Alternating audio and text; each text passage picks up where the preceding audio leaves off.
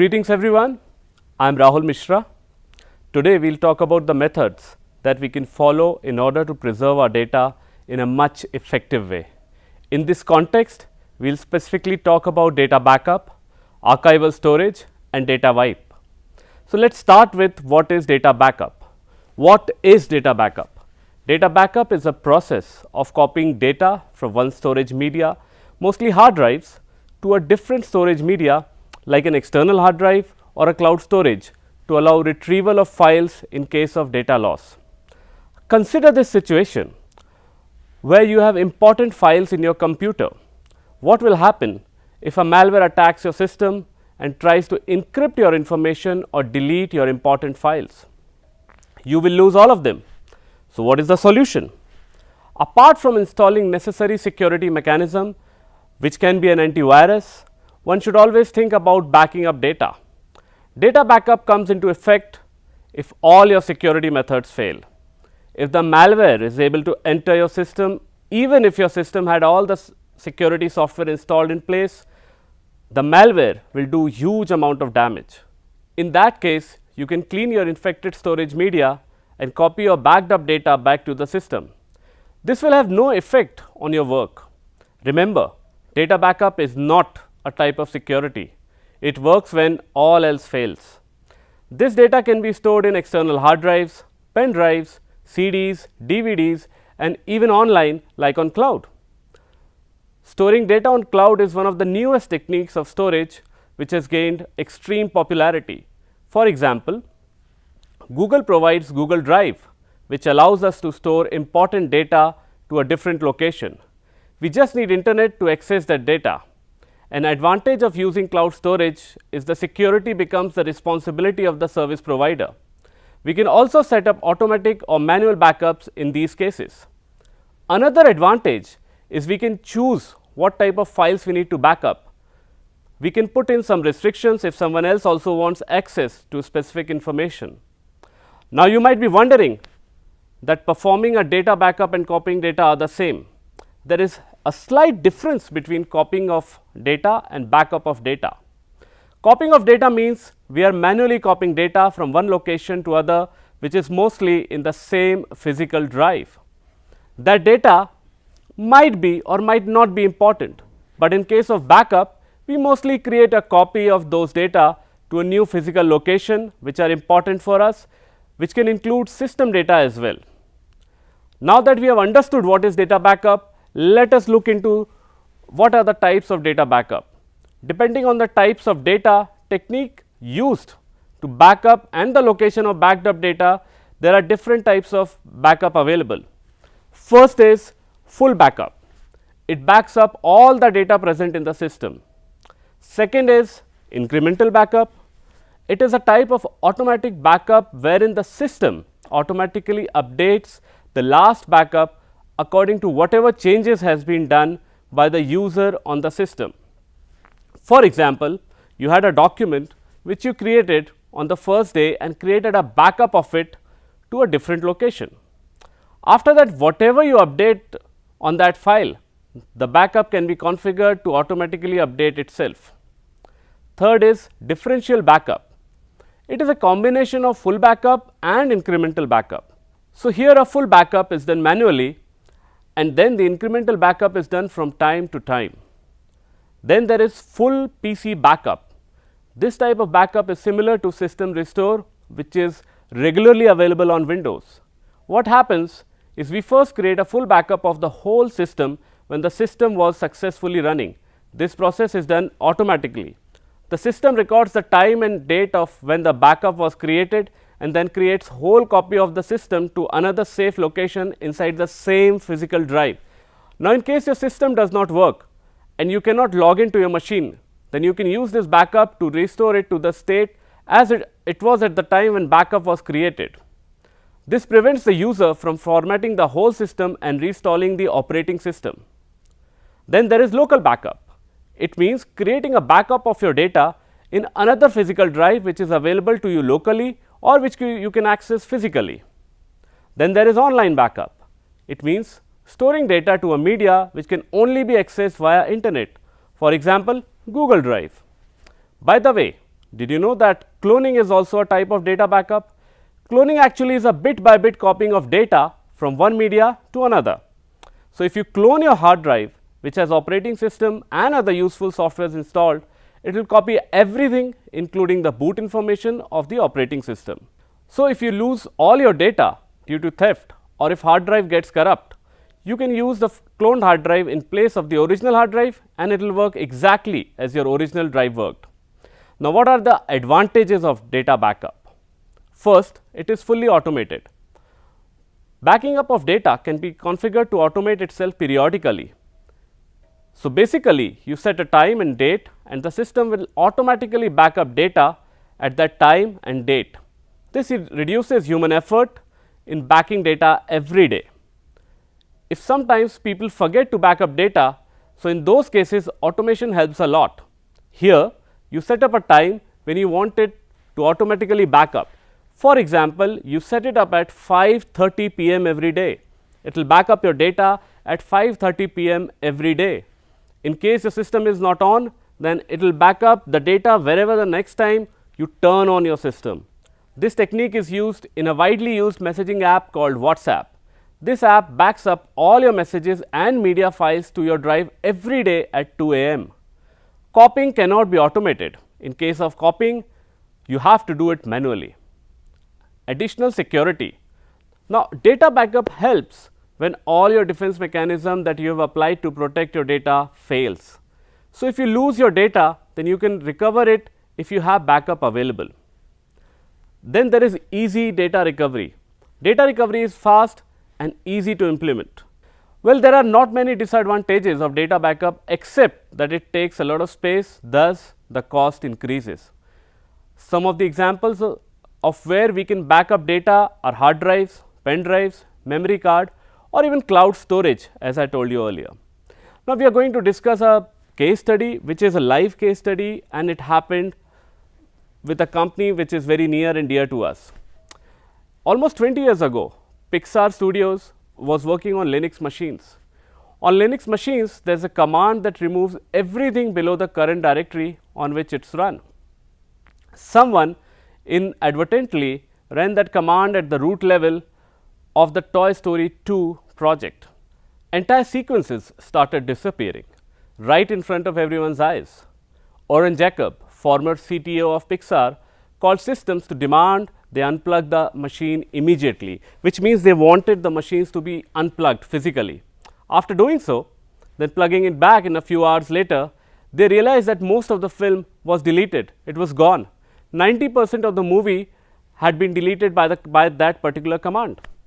It would have taken a full year of all 150 Toy Story 2 crew members to recreate all the work that was erased in roughly 20 seconds.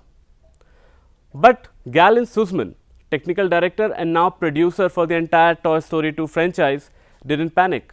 The first thing she did was check the backups of the film. Pixar has always had a history of backing up its data. Unfortunately, that's when they realized that data backups for Toy Story 2 had failed for the last entire month. Ideally, backups should be tested every few days or weeks in order to make sure your data is all there. But at the time, Pixar was not in the habit of continuously testing their backups. The problem was that Pixar's tape drives kept hitting the maximum file size. So, no new data was being consistently written to the drive. Luckily, Galen had a backup of the film on her home computer. She had been working from home due to giving birth to her son shortly beforehand. So, they had connected her machine to the local network and copied the whole file tree there. Her computer would have received incremental backups over her ISDN internet connection. They brought her computer to the studio, plugged it in, and voila, were able to retrieve the data and footage. The backup was about 2 weeks old, but the crew was able to verify about 70,000 files, then checking 30,000 files by hand. It was a miracle, but they were about to salvage Toy Story 2, only to scrap the entire film and recreate it within 9 months before its official release date. Let's see how we back up data in a Windows machine. Now, go to Start, search for an option System Restore. We then open it, click it on Create. In the next step, type a name for the restore point, then click OK. It will automatically generate a restore point for your entire system. If in any case the system gets infected by a malware, you can restore your system back to this point when you created it. In this way, you can get back your information without formatting your drive or reinstalling the operating system. You can also create multiple restore points if you want to. Now, coming to the second point, which is archival storage. We will learn what is archival storage here. Now, what is archival storage? In order to understand that, we need to know what is archival data, what type of data can be classified as archival data. In today's world, we handle a lot of data directly or use services of other businesses who handle our data. Now, all the data which is handled may be important for us or may not be. Those data which are unimportant now, but may be required in future, are stored to a new location, which can be new storage media, is called archival data, and the storage is called archival storage. Now, there can be a lot of confusion between archival storage and backup storage. In backup storage, we usually back up those data which are important for us. Automated backups may store unimportant data as well. In archival storage, only those data are stored which are unimportant for user at present, but may be important in future. Secondly, in backing up data, we create a copy of original data to a different location, but in archival storage, we move the original data to a new location to free up space on the original drive. Coming to advantages of storing archival data. First, space management. Moving unwanted data to a new location frees up a lot of space in the previous media which is in use. Second, access of data. Moving unwanted data to a new location prevents unauthorized users to access the data. Third, you can stay in legal compliance by maintaining all pertinent records. Deleting unwanted data can lead to a lot of legal issues. Storing of those data can help maintain a good business client relationship. Now, let us talk about the disadvantages of archival data. Now, storing archival data also increases cost. Since you are storing data to an external media, you are consuming extra space, thus cost increases. Coming to the last topic, which is data wiping. Before talking about data wiping, we should understand how deleted data works. For that, we should understand how an operating system works, or how an operating system locates a file on the disk. So, when an operating system is asked to store a file, it stores the file to an empty location and also maintains a record in a table of where data is stored along with other information. When user deletes the file, the operating system only deletes the record time from the table. The actual data which is stored in memory is not deleted. The operating system only forgets the location of the data and treats that location as free memory. This is very similar how index of a book works. The chapters are written on the index of any book. However, even if you delete those chapters, if you remove it from the book, the index is already there. Essentially, the index is deleted in the operating system, however, the original chapters are still there. So, if the operating system wants to store new data, it can override that part of memory. So, let us take an example. Consider there is a file that needed to be stored in a drive. The name of that file is example.txt, it is a text file, and the size suppose is 10 KB, 10 kilobytes. Now, each section of the memory is numbered. Let us assume that this file is stored from location 100 to location 110, where each location is of 1 KB. The operating system will also maintain a record of which file is stored where. So, if next time you want that file, you can easily get it. That is called indexing. Now, if you want to delete the file, then you can simply press the delete button on the keyboard. The operating system only deletes the record from its table, which means it is deleted from the index. It does not delete the file stored from location 100 to location 110, as we discussed earlier. So, the actual file is still available inside the memory. we can use some data recovery software in order to get back that data. This does not happen in data wiping. Now, in case of data wiping, the system removes its entry from the table as well, as it automatically overwrites the part of the memory with either zeros or some other random data. So, in data deletion, there is a scope of recovering deleted data, but in data wiping, data recovery is not possible. Now, we will discuss some advantages of wiping of data. Now, data wiping ensures that no unauthorized user will be able to access your data or even recover it. Consider a case where you are either selling your old computer system or your old hard drive. In any case, your hard drive will have your important personal data stored in it. You would definitely not want that data to be accessible to anybody else. In this case, deleted contents from your hard drive or formatting your hard drive is not the perfect solution. You must make sure that the data is irrecoverable. So, the best solution is to go for data wiping. Now, data wiping also helps when the system is attacked by malwares. Certain malwares can enter your system and then store a copy of itself in the boot memory, which cannot be directly accessed by the user. So, even if you format the system, the malware is still present there and can re-attack again. So, a clean wipe will help remove the malware completely. Now, for our demo here, we will use a software called DBAN. The full form of DBAN is Directs Boot and Nuke. The software can be used to wipe out data from a storage media. In order to use it, we copy its content into a pen drive. Then we reboot the system and boot from the pen drive. Then we get a list of all the options. Here we press enter to continue with the DBAN program. You can also press F2 to know more details about DBAN. After that, it starts scanning all the storage media available. In our case, it found out one storage media of size 10 GB. So, we press space bar to select the storage media. There we press F10 to start with the DBAN wiping process. The time taken to finish the DBAN process depends on the system speed and size of the storage media being wiped.